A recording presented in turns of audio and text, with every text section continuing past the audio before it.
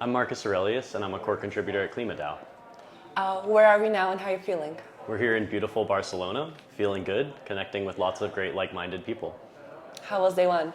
So far, so good. The people here are really enthusiastic. They have a lot to share, a lot of ideas. I've really enjoyed the philosophy discussions that have been going on, plus the great panels and lots of cool projects that I'm hearing about. Nice. So you know that last year the theme of the conference was solar punk. This year it's also lunar punk. This means like a bigger focus on privacy, governance, and kind of solving the challenges that the space has faced over the past year. What do you think about this focus, and what has been your kind of reflection on everything over the past year? I think it's good to have a balance between these different ideologies or ways of thinking about solutions for the world. Privacy plays an important role, but in certain use cases and applications, it's not necessarily a panacea and can be a way for bad actors to conceal their activity. So I think it's good to balance the positive impact and the vision for a cohesive communal-based society that Solarpunk envisions with the need for individual sovereignty and protecting people's privacy that Lunarpunk envisions. It's good to have that tension, the dialectic. It makes for more interesting discussions, and also I think points us toward a more balanced future.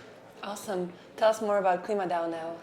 So at KlimaDAO, we have a vision that every aspect of economic life can address the negative impact that those activities have on the climate. And in particular, that markets and digital technology can play a critical role in scaling the on-the-ground impact that we need to address the climate crisis. The traditional carbon markets are rife with manual processes, a lack of transparency, and a lot of friction between the process of someone going and taking a positive step, like planting trees or installing solar panels, and being rewarded for that through the market by people who want to support that kind of activity. So we're really aiming to reduce that friction, reduce the amount of fees that are captured by intermediaries, and make sure that more on-the-ground climate impact can happen at scale. Awesome. And maybe on a personal level, what makes you passionate about solving this problem? So, in my view, the climate crisis is one of the most urgent problems facing us. And it's about more than just global warming, although that's a big part and what we focus on a lot.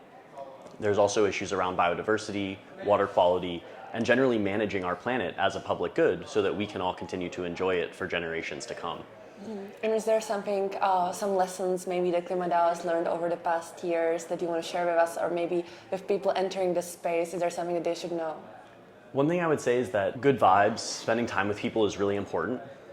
It's necessary to cultivate the social movement that we're trying to galvanize, both at KlimaDAO and in the broader crypto community, but it's not sufficient. We really have to put in the hard work to build and ship great products that people want to use and that excite people about the possibilities of this new technology.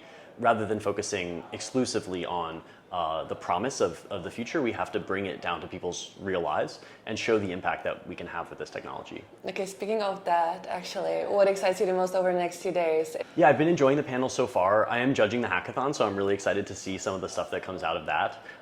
It's always great to work with builders and see what ideas that they're bringing to the table. What excites you the most about the future of Web3?